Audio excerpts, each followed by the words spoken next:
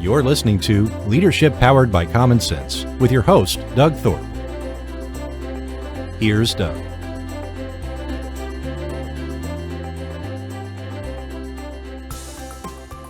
Hello again, everyone. This is Leadership Powered by Common Sense. I'm Doug Thorpe, and today we're going to take a, I don't know what I want to call it, hard look at an interesting angle.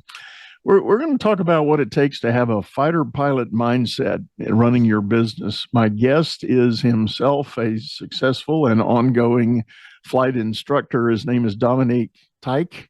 And Dominic, welcome to the show, man.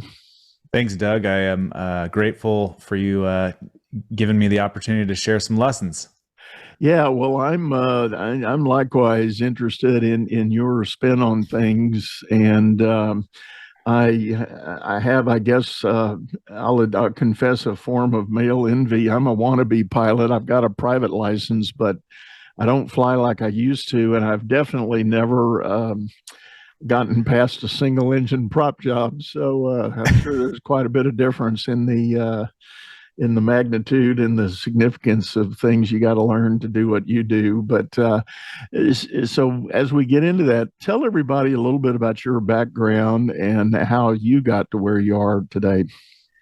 Yeah, so I grew up kind of out in the country, bunch of different types of schooling, whether that was private schooling, private tutoring, homeschooling, public schooling, anything from, public college to private college to, going from there and getting some degrees that I don't really even know what I do with them now, that I run businesses. I'm sure it helps at some point. We had a family traveling band, downhill skiing, you name it. I liked outdoor sports, really got the itch to fly airplanes at a young age.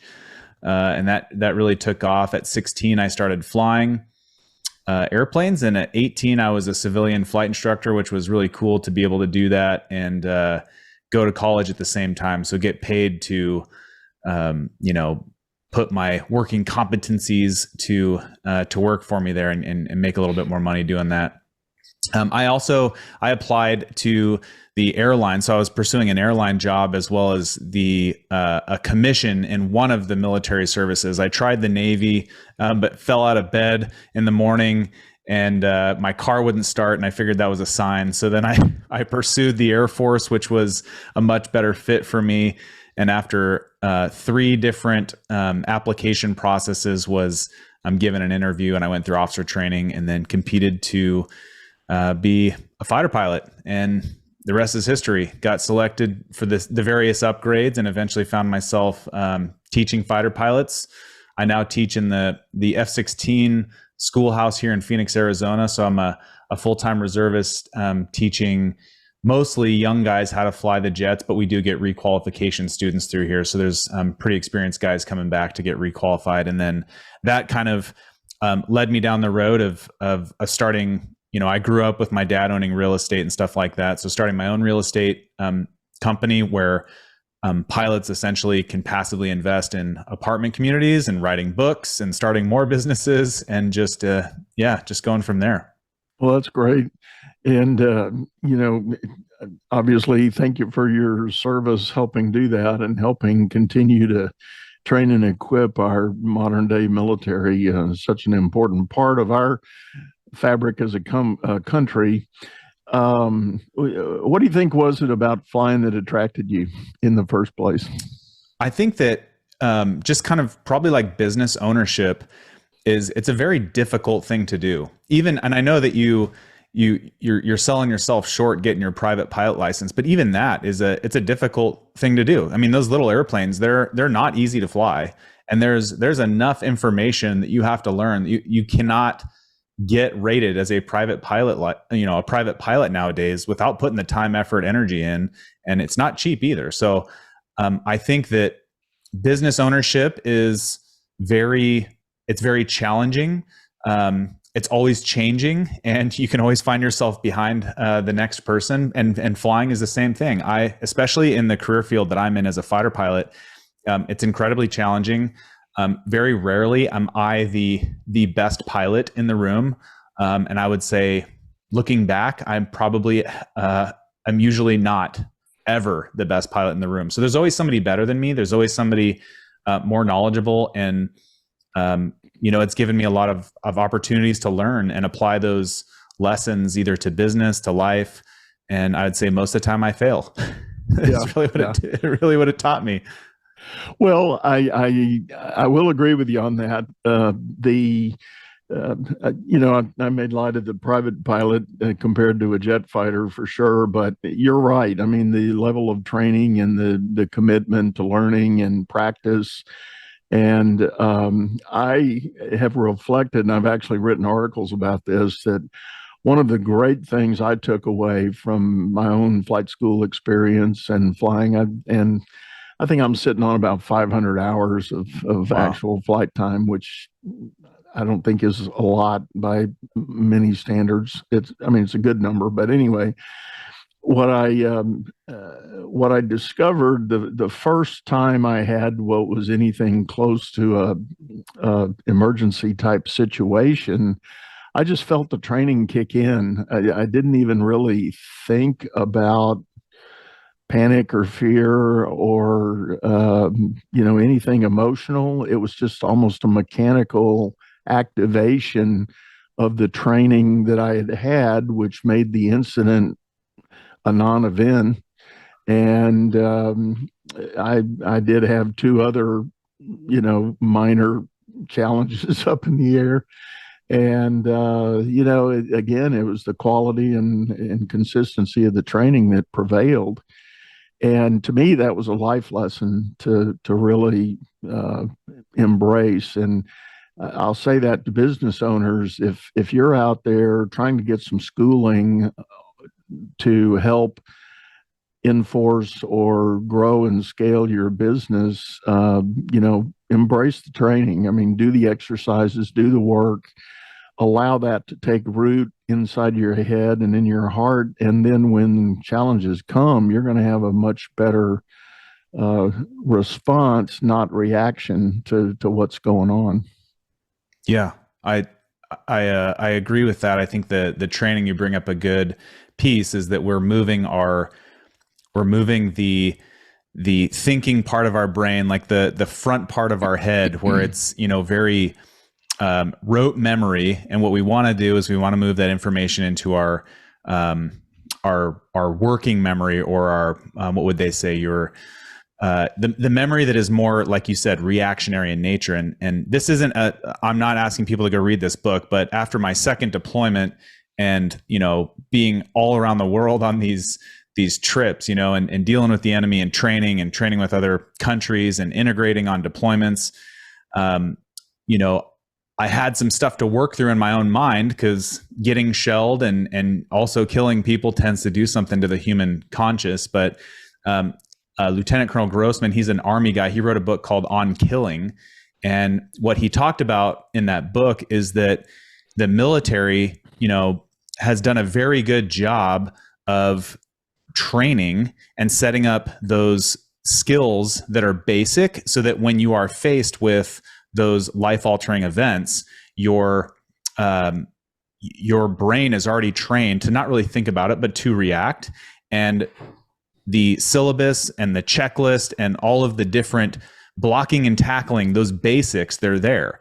And that way, when, nowadays, and this is its own argument, whether or not, video games and stuff like that are brainwashing our kids to shoot and kill people, but there's a lot of the same type of training happens where your brain sees something, the stimulus is there, and you make a reactionary response. And the same thing apply, and that there can be bad and there can also be good from that. The good from it, from a business standpoint, is that as a pilot, we are very checklist oriented. We're very especially at 800 plus miles an hour in a fighter jet, I need to know what I need to do right now. And so if I misprioritize my tasks, even though I get everything done, I might hit the ground. So same thing goes within business. It's kind of the thing we talk about when we're flying a low level at 300 feet above the ground and 600 plus miles an hour, is near rocks and far rocks. So what are the near rocks that are going to kill me right now? And then once I've got that under control, I need to start thinking about those things that are going to maybe bite me a couple seconds down the road. And that's very applicable to business life of just going, hey, as I make my plan, I plan enough to get going. And then as I'm executing, I'm just looking at my plan and revisiting that. And at the end of the day, I'm debriefing. So that plan, execute, debrief construct, it has worked wonders, in business. And granted, it's always a struggle. You're always gritting it out. But, eventually, if you follow that construct and you follow kind of a checklist oriented business life, I've found that it really starts to pick up steam after that first year, which is definitely the most turbulent. And I don't know what you think of that, but the first year for me in any of the businesses that I've had have just been just a kick to the face. Yeah. Well, yeah, anybody that's in the startup mode definitely has things flying at them fast and furious. And I'm going to apologize in advance for anything that starts to sound like puns about flying, but things that come at you in that startup phase, in the best case, it's a controlled chaos. Yep. And I even often think about, I do think it was Eisenhower that talked about planning and said that, for all the work you do on planning, the plan goes out the window when the first bullet is fired. And in a combat sense, that's often what happens. However, having done the plan, you've got a much better, and it kind of goes back to what we were just saying about training.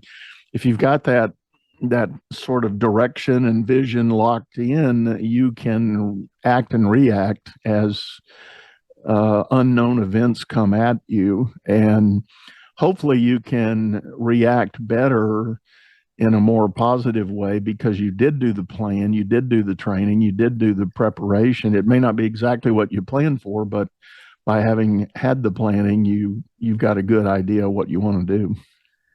Yep. And then the addition to that is in your plan, you need to have that person. And usually I am not that person. So I think knowing your working competencies, knowing your working genius, knowing yourself is also important, because there are people that I go to and say, hey, poke holes in my plan. So show me all the different contingencies. This is, and you'll find those people. And in our case, like as a fighter pilot, we'll have a mission planning cell. So the flight leads will show up, the instructor pilots will show up, and we'll start putting this plan together. And if you know yourself, I know my Achilles heel is that I can come up with a few contingencies, but that's not my working genius. So you need to know that about yourself and go, hey, who's the Johnny Raincloud in your life that can say that's a bad idea, and then be able to explain why. And I think that a lot of the fighter pilots that are good on their feet, they maybe grew up playing sports and riding dirt bikes and shooting guns, and they did fairly well in the academic arena. But the ones that seem like they're good on their feet are the ones that have thought through and internally kind of processed those contingencies that might happen and what seems reactionary in nature, and just go, oh, that guy's gifted. It's like, well, there's a good chance that yes, there's maybe some gift along with that, but maybe he had that built into his plan. And that's another piece that I know that was not, because you meet those people that put their plan together and they're so rigid in their plan, and when stuff goes off the tracks, it turns into this train wreck. Yeah. And it's like, well, dude, you weren't debriefing yourself as you were executing and saying, is this even working at all? Because maybe you just need to flush your plan down and start over. Yeah. But I found that contingency planning, at least as a fighter pilot, has been something that is, well, what if we do this, then what? And then, well, what if this happens, right? It's that what if, that time toilet is what I call it, where you're just flushing time down the drain. But a lot of times you need to have those discussions to figure out, hey, if this thing derails, do we put the train back on the track, or do we just let it crash and come up with a new plan? Yeah. Yeah. All good points. I want to go back to your comment about the near rocks and the far rocks. That word is actually popularly used by Gino Wickman in his book Traction, where he explains what he calls the entrepreneur operating system. And it's a program and a book that's been widely received and with great fanfare in a lot of entrepreneurial communities. And there's a whole cottage industry of people that are certified EOS implementers. For legal reasons, I'm going to disclose I am not one, and so. But I do happen to be a fan of the methodologies, and one of the things Wickman talks about in his book is this idea for business owners: you've got to identify those rocks, and there's always inevitably some big boulders that have to get moved. And to use your word, near term, there's some big boulders in your way right now, and that needs to be your priority items. Going back to the time equation, it's easy to let the seconds in the day tick away without ever lifting one of those big rocks and moving it toward completion. And the things you identify as big rocks need work, effort, and focus applied to move them ahead or get them out of the way. And when you're done with those near rocks, guess what? You're going to have some far rocks. And as time goes on, they're going to get closer and closer. So they become your hot topic, hot priority items to look at. And I find a lot of business owners don't necessarily think about their business in those terms. Yeah, I think those are all, and as you were saying that, those far rocks, how do you identify those if you are always, I like to talk about the achievement hamster wheel, where they're in this wheel and you're just running every day. You're just at a full sprint and you're getting a lot of stuff done, but there isn't a lot of clarity. And the more that you do that, the more that you run out of gas and you risk flaming out, and or you lose your way and you're just doing a lot of stuff. And that'll start to creep up on me. It doesn't really lead to crashes anymore. That used to happen to me quite a bit, where I would just start sprinting like an Energizer bunny through the day. And then eventually I would start to get kind of burnt out, and then I would lose my way. And those far rocks became the near rocks, and they were just rolling over me every single day.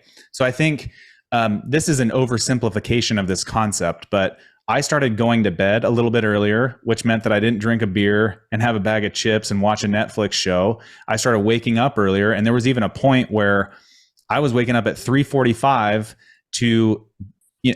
and I wasn't a morning person. I trained myself to be one, but I was waking up early so that I could get a few hours of work done on my businesses before I went in and did the fighter pilot job.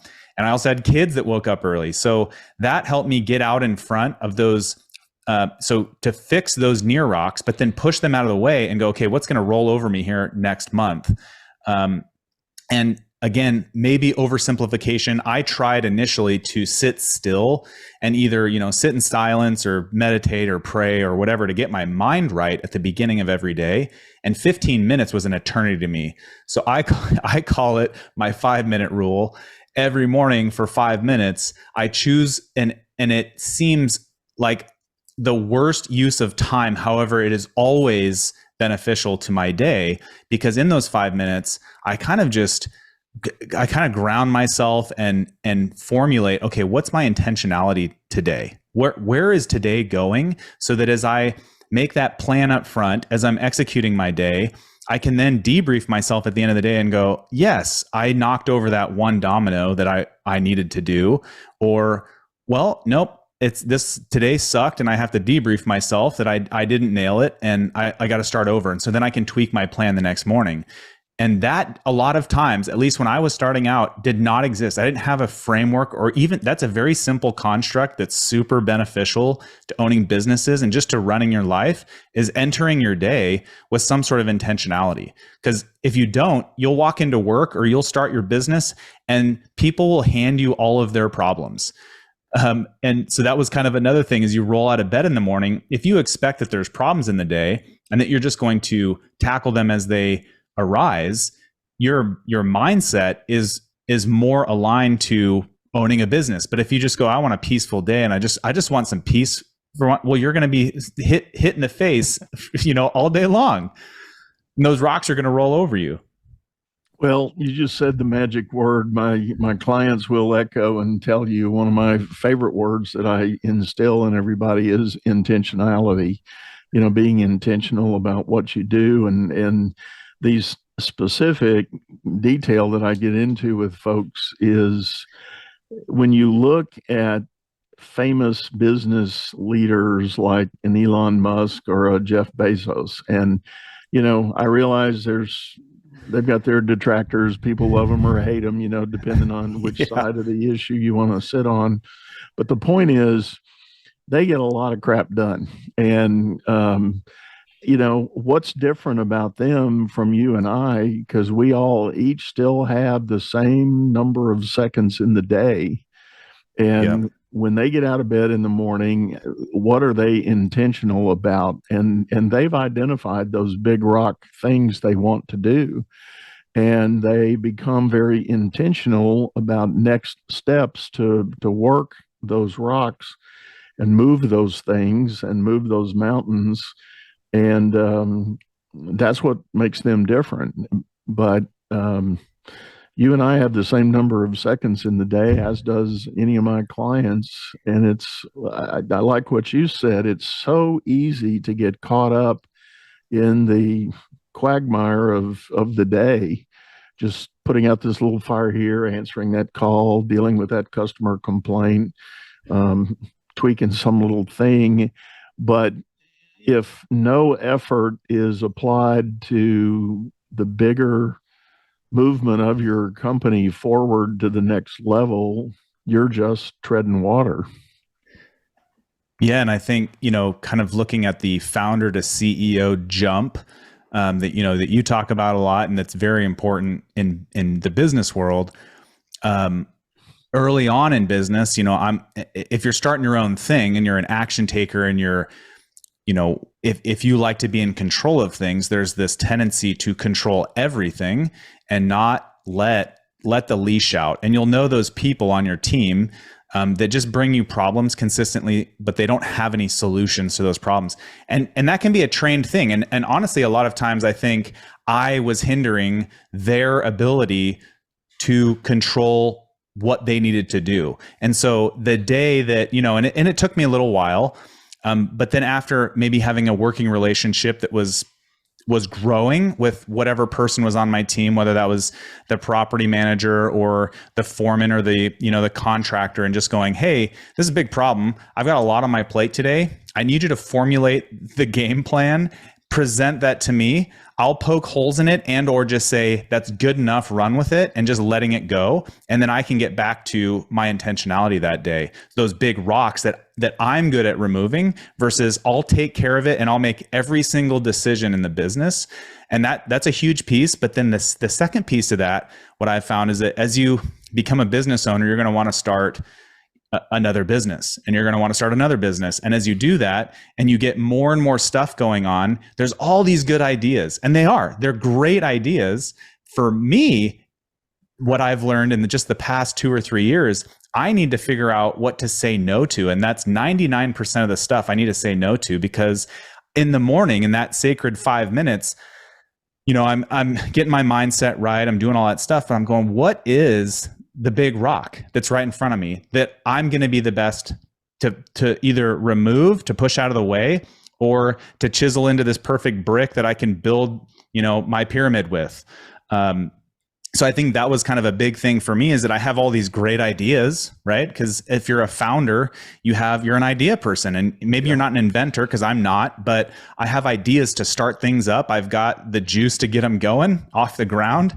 But then it's like, well, I can't do everything. So who around me, where on my team, what's my Achilles heel? And then who can I trust to kind of give them enough juice to kind of keep them going and running. And then all I'm doing is just overseeing the project. I'm not, hands in every single little aspect of the business. And that's okay, I think, if you are that way a little bit, but you need to have a plan to start going, okay, you're the person that runs this. This is a problem. I need you to, give me your solution to this, come back to me, and then we'll work on that and then move on to the next thing. But mostly for me, it's been, okay, what do I need to stop doing? Yeah. Yeah, that's so very important. And I think anybody that has the true entrepreneurial spirit, you're spot on. One thing, one idea is not going to be enough. They're going to find ways to branch out and do other things. I've got a client right now. I've been working with him about a year and a half, and we've already been able to 2x his primary business that he had when I first started with him. And about 6 months ago, he acquired another business that fundamentally had nothing to do with his primary business other than there was a marketing connection between the two entities. And it was a complementary business for him to take over, and the owner of the second business was wanting to retire and get out, so he was ready to offload it. And when my client came to me, he said, I'm thinking about buying this other business. And we had a really heart-to-heart discussion about, are you sure? You just got your other business sort of stabilized and organized and rocking in the right way such that it did 2x itself. But are you really ready? And the long story short was yes, he was ready, and he had made some of his own mental shifts on intentionality and timing and planning of the day and that sort of thing. So he had created some bandwidth in his own day. How long did it take him to go from the idea to then realizing through whatever process, coaching from you? How long was that? Was it a month, 2 months? Was it a year? It was an evolutionary process, but some changes started happening at about the, I don't know, 6 or 8 month mark of our first effort, when we were, and we had some immediate fires burning that needed to get handled to clear the way to stabilize the original business and stop some of the bleeding that was going on there. And it just wasn't yet optimized for what it could be. He had a lot of great components. It was like, well, I'm going to say an analogy that nobody today probably understands because the market's moved away. But back in my day, if you wanted good sound in your house, you had these giant, pretty expensive components. You had a turntable for the LP albums. You had a receiver that did all the amplification, and then you had independent speakers that were wired together. They weren't Bluetooth, but it was a big deal. It was a whole market of buying these individual, really expensive components and putting them all together. And there was an art to that and some science. And I often view businesses that way. You've got all these components laying around in your garage, and can you connect them up correctly? Can you load balance and, get your electronics leveled and all that so that you got good, clear sound production out of the system? And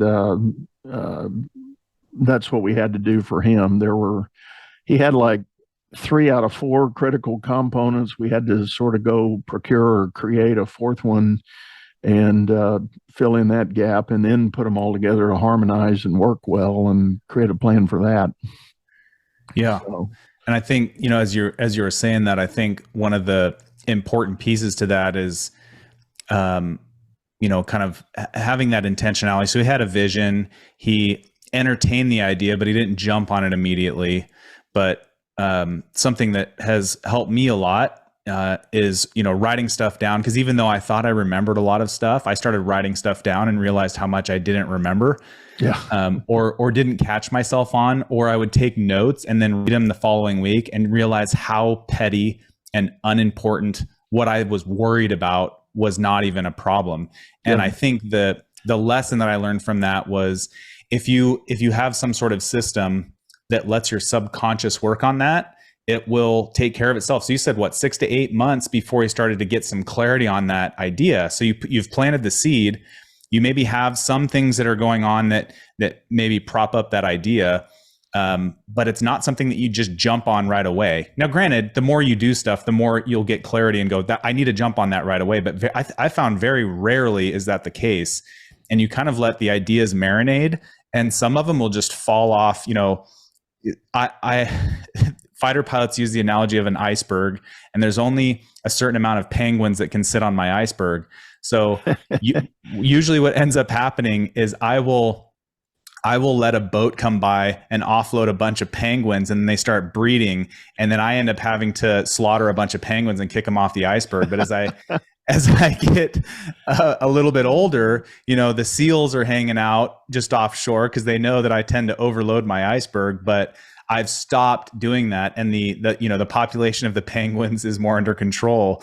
And I've learned to go, no, the emperor penguins, they're not for me, this year.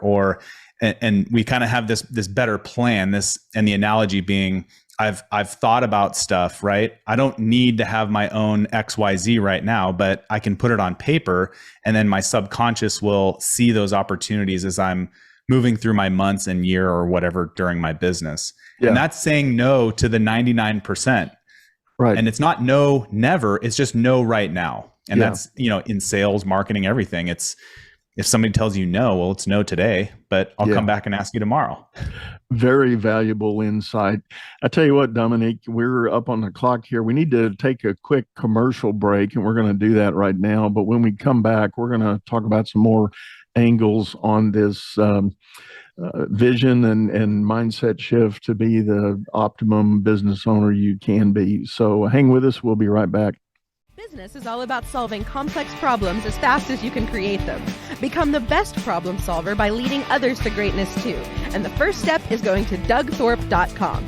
Doug Thorpe is known globally for coaching entrepreneurs and business leaders, improving their performance and the work output of everyone surrounding them. You can find health, wealth, and happiness by learning to lead others to health, wealth, and happiness. Go to DougThorpe.com now and order Doug's books or hire him to coach your managers.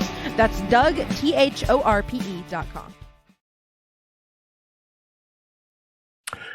All right, everyone, we're back. This is Leadership Powered by Common Sense. I'm Doug Thorpe, and my guest today is Dominic Teich. He is a fighter pilot instructor with the Air Force, and we have been talking about sort of the again, in the first half, I apologize for on puns about flying, but what came to my mind is we've been talking about the right stuff to be a business owner.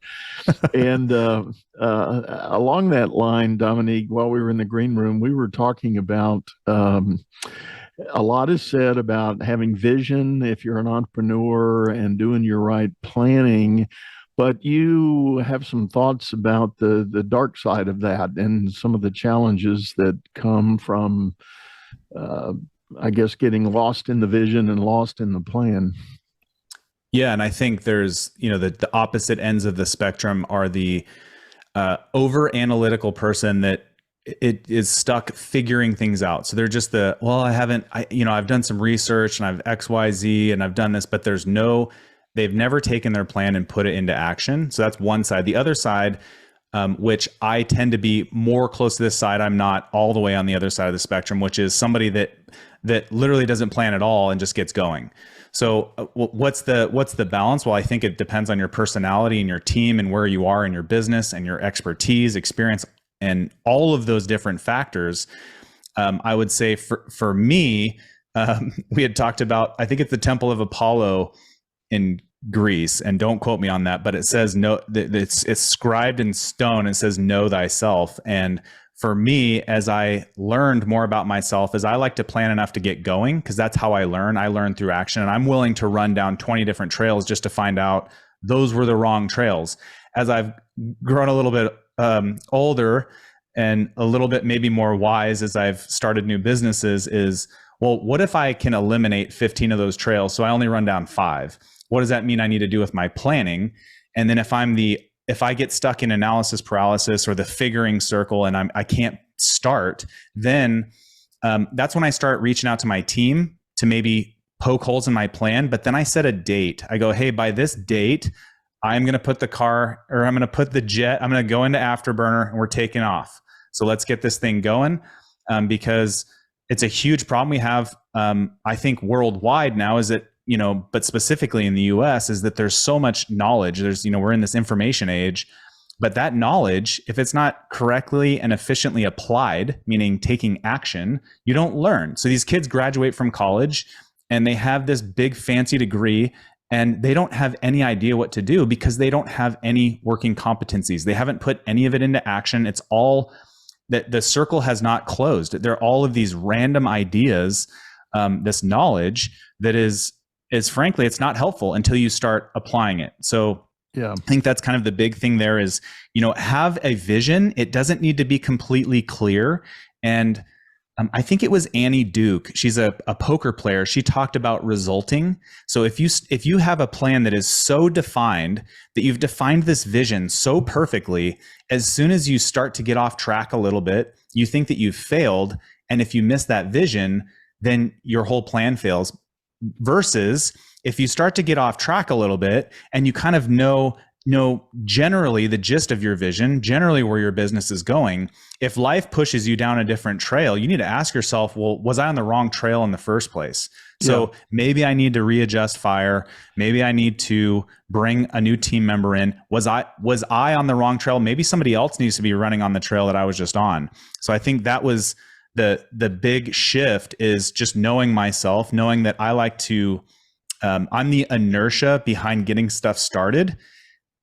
The thing that I need to work on myself personally is, as I start to get those things going and I need to start backfilling the professionals into those positions that can run with that idea. And a lot of times I'm behind what we call the power curve, as I'm getting ready to stall out, and I'm trying to backfill people into those positions so that the machine doesn't stop running as we start to pick up momentum. There are a number of things you packed into that, and I'm a big believer in everything you said. The one that sticks out in my mind on the overanalyzing things, a lot of times people that are prone to be perfectionists are also they show up as procrastinators. They're never getting anything done because in their mind they don't want to launch if it's not perfect. If they haven't figured out all the answers and every angle and the plan is just perfect, they're not going to take that first step of action or jump in the water, because they're holding back, waiting for everything to get perfect. And one of the popular phrases is perfect is the enemy of good. You can make an effort and deliver a good service or a good product. Is it a perfect service or a perfect product? No, probably not. Is there any such thing? I don't know, maybe somewhere in the medical world or in science there is, but for most of us, it's not so much about being perfect. It's just about being good or really good. And if you think you want to go start a business, but you suffer that part of your personality, you need to get some help from a coach or an advisor or somebody that can help you get rid of some of that head trash that's driving this sense of perfectionism, and help you identify the things that can be really darn good and just go do those. I couldn't agree with you more. I think I don't know, the perfectionist people are definitely good. There needs to be that other person on the team. So if you know that you're one of those people, you need somebody maybe more like me that is action oriented and go, hey, we have the 80% solution. We're going to get going. We will refine that as we go. And there needs to be a timeline on it, because I've found that if I put a timeline on something, a lot of times it's going to get done. And like you said, it may not be perfect. Very rarely is it perfect, but at least I'm going, the machine's going, and I can tweak it along the way. Even I look at, we just re-edited and republished our Single Seat Wisdom Volume 1 book because there were some mistakes and stuff that we caught. But had I prevented publishing it in the first place, it would have never been out there for people to read and to consume and to see. And I laugh because I look at it now, and I always keep my old versions to remind myself how much I've failed and how much a lot of times when I start something, it really sucks. But that's just a reminder that when I start something, it's like, look, people are going to make fun of me. There's going to be the naysayers. There's going to be the no people, but they're not doing anything with their life that is uncomfortable, that is out there. They're just walking that trail. They want their nice, peaceful life. And there's maybe nothing wrong with that for a lot of people. But if you're a business owner, you're an action taker, there's going to be some uncomfortable stuff that goes, but you need to give yourself that timeline. Like, hey, on this day, we're going. This is launch day. Light the rocket and hang on. Let's go get it. There's a sense of urgency. Your comment there about the book, I want to take a quick side detour. I when I was writing my first book, I was seeking a little bit of coach and counsel, and I got a publisher that I got to know, and he reminded me. He said, "Doug, they call them bestsellers, not best written." And he said, don't get hung up on just the absolute 100% perfection of grammar and wording and word choice and all of that. He said, yeah, you want to make it, you want it to read intelligently or something, but don't hold up releasing your book over that kind of perfection because they're not called the best written, they're called the best sellers. And somebody much smarter than me had mentioned one time, and maybe it was a book or a quote or something like that, but think about how many times Microsoft or Apple publishes software that immediately needs a push the next day. Hey, here, download this new software. Oh, we found glitches in it, right? And it's never perfect. It's always changing. Yeah. And that was the same thing that happened to me. Is I had 14 years of real estate notes, and I had to go seek professional help to have somebody walk me through the steps of getting my book published.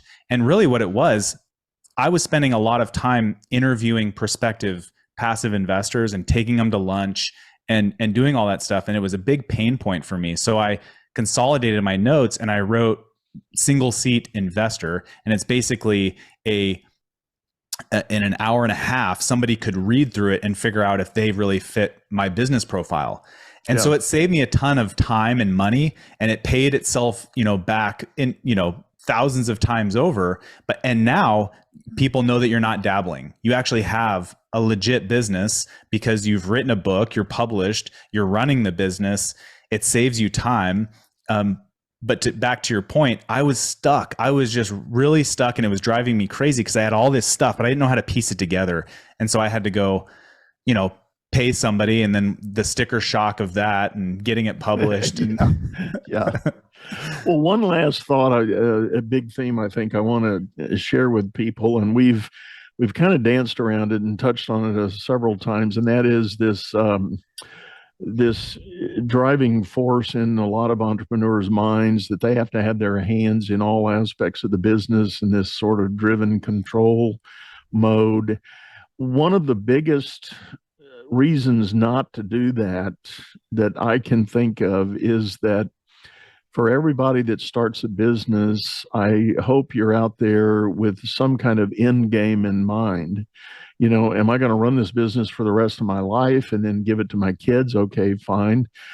Or do I want to build something up that creates a certain level of value and then I can put it up for sale? Well, guess what? If that's part of your plan, the thing you're going to sell needs to be a turnkey machine.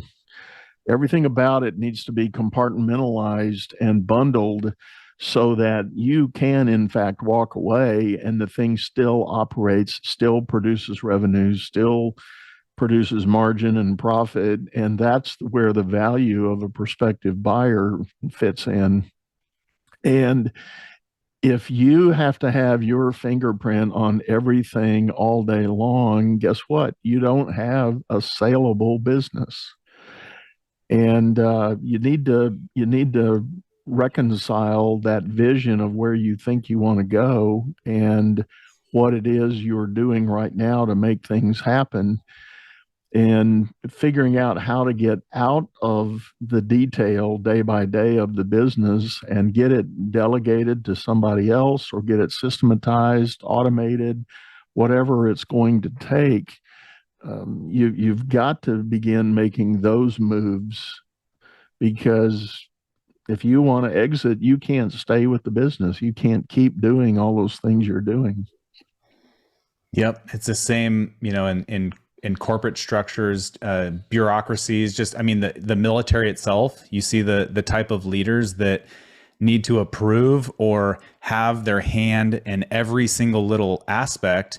And what I've seen, my frustration is that within that type of organization, if I'm operating or somebody is in a leadership position and they need to approve or micromanage every single little aspect, it turns the entire organization into a yes machine. So you're going to present this detailed direction of where you think things should go, but then that person is going to micromanage it, potentially not use that. And so now I've actually been this person where I've spent time doing this and then I go present it. And then what I get told is actually, we're going to do this. And so though maybe passive aggressive, not completely helpful, my personality, I'm like, when they ask me for input, I just go, well, what do you think? And then they say, well, I'm going to do this. And you go, yeah, that sounds good. And you're not even going to fight it because you know that you're not going to be listened to. Yeah. And in my businesses, I remember there was a big turning point where I went to, and this is back when I was starting my real estate company, the foreman, the contractor, all that kind of stuff. And I sat down with them either on the phone or in person. I just said, hey, my personality, I tend to do these things. These are my Achilles heels. I tend to feel like I'm micromanaging up front, or I'm very hands-on in control. However, I cannot wait to hand you the ball so you can run with it. So help me do that. And these are some of my things that I, do that are not super helpful. So when you hear me saying these things, when I'm asking you questions, I'm learning. That's how I learn. So I need you to feed me that information. And then I want you to be able to make these decisions on your own and letting that go. And then realizing it's not going to be perfect. Perfection does not mean that your business is a failure. It just means that you're learning along the way. And debrief that person, debrief yourself. Most of the times, Doug, what I found is it was me. It was my personality. I got in the way of that person trying to make the decision. So had I just removed myself, maybe that person would have come to a different realization. And that was a tough pill to swallow for me, because that requires a little bit of humility and the ability to say, I suck and I'll do better next time. I'll get out of your way. I agree totally. and that's great wisdom. Obviously, you've had the experience of doing it the other way, and sounds like learn the hard way of what is a better solution. So, Dominic, I think we're about on time for today. So thank you so much for your contributions and all your insights here. It was great stuff, man. Thanks, Doug. I appreciate your time, and I'm grateful for you having me on your show. Yeah, if folks want to get a hold of you, what's the best way to do that? Yep. So right now our main push is propping up the Single Seat Mindset company. We give all the profits to a children's cancer nonprofit. So it really is a very purposeful mission for us, and they can find us at singleseatmindset.com. Oh, like single seat fighter pilots is in like one seat, all S's, singleseatmindset.com. Okay. Well, folks, we'll have that information in the show notes here, and check it out. And also check out Dominic's books. They're on Amazon. Is that right? That singleseatmindset.com website, it has everything. All the links. Okay, good. Yep. Good. Well, again, folks, we'll have all that in the show notes. One last time, Dominic, thank you much, man, for being with us. Thanks, Doug. It was a pleasure. I do want to remind everybody that we have a video version of this show over on YouTube, channel by the same name, Leadership Powered by Common Sense. Hop over there, take a look, and everything we've talked about from a reference point standpoint will be in the show notes here. If you're on YouTube, leave us a comment, subscribe. You'll get notes about our upcoming episodes. We are dropping shows 3 times a week. So we got a lot coming at you, a lot of content. Would love to get your feedback and ideas for new topics, new shows. But for now, we're going to sign off, say goodbye, and hope you make it a great day.